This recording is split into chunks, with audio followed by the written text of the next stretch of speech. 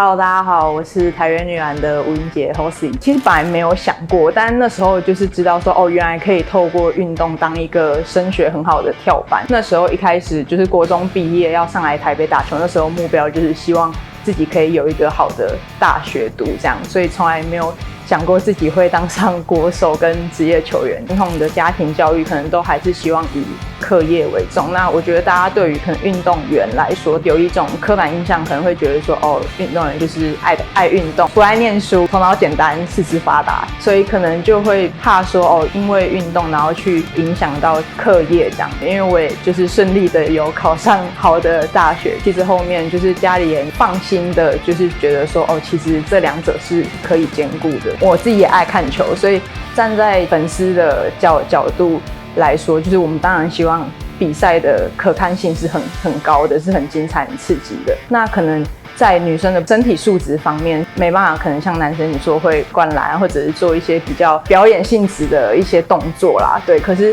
在女生的就是团队合作、战术方面，其实相较于是比较细腻的。就算我是职业球员，可是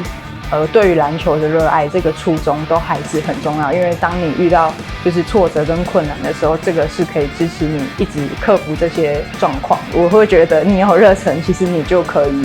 尝试看看，你也是要去经历去做，你才知道那个适不适合你自己。虽然他们现在没有在就是职业场上在奋斗，可是因为他们也是还是很热爱篮球，他们可能换一个角色，然后在这部戏里面发挥，影响更多人去参与女生打篮球这个运动。所以我觉得其实无论你站在什么样的位置，每个人都有他自身的影响力，我觉得这是一件很棒的事情，然后也很谢谢他们帮女篮，就是台湾女篮，然后就是加油，就是让大家更重视台湾女篮这一块这样。